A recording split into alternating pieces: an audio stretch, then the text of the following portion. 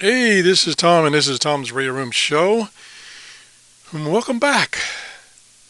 I kind of behind on things, to say the least, and I subscribe to a web page that is catered to shortwave listening, and it has a lot of reviews and articles, and it's updated all the time. I mean, well, 2 or 3 times a week, and I've subscribed to it, and by subscribing to it, I get a notification when there's a new article posted.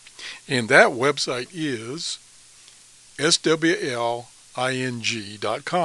And I've showed this website several times because I keep coming back to it because Thomas, who runs this website, does a great job of finding things and keeping it keeping it updated. It's been a rough week. Okay, but anyway, so it's about 4 days ago, I got a notification that he had a new posting, and it caught my eye because it was about something that I've used in the past and I really liked. And let me just show you the article. Here it is. It's Alex's updated shortwave frequency charts. And this gentleman by the name of Alex has these charts that he generates, and and they're shortwave listing charts, and are generated by stations he has heard. It's not just, a listing of shortwave stations that are out there. It's actually basically reception reports. Now, you have to keep in mind he is in Europe, I think in England, and so his listing station is in England. So if you're in, like, say, the United States, you may not be able to hear these stations, even though he has reported that he has heard them, but you should, eventually when conditions are right. Anyway, he generates a whole number of charts, and he has updated those. And let's go to his website. It's shortwavetimes.com, and here it is. And at the beginning here, it gives you kind of a brief history of where shortwave listening is going, and tells you about what's happened over the years where stations have dropped out, but shortwave itself is still very appealing to the listeners, and in some countries that's all they can get.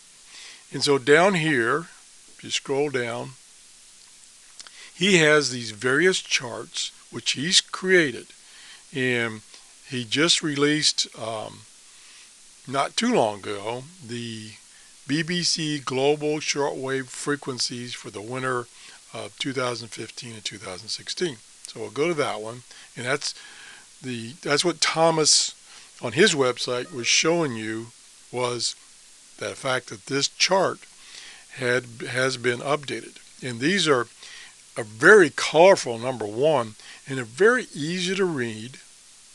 And once again, they are based on his listening reports from the UK.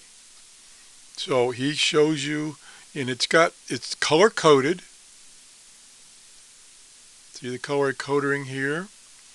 And you can come down in here and pick various locations and find out what's on during the day. And this is just one of many charts. So these are actually stations that he has heard, and therefore they're active. And these are as of the beginning of the winter of 2015 through the winter into 2016. So this is what he's heard so far.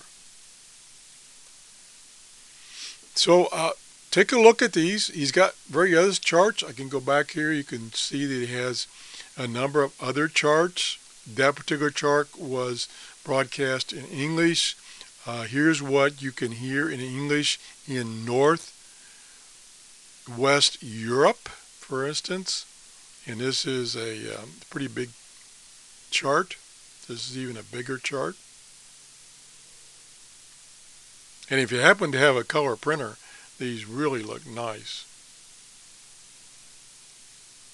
And if we go back, That's in English. That one was in English. This is in any language, or all languages, he says. And these were things that he's heard in January of 2016. And there's the previous summer listings, summer of 2015, and so on. So take a look at this website.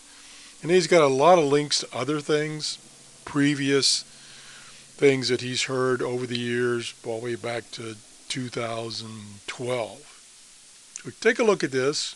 Also, look at the the short article on SWLING right here. And this is just, like I say, there is a ton of articles that Thomas puts out every week. 2 or 3 articles every week. He has various contributors. He's not the only one that actually does the posting. I've done some postings myself. So anyway, take a look at this and see what you think. If you enjoyed the show, please give me a thumbs up and have a great day. Bye-bye.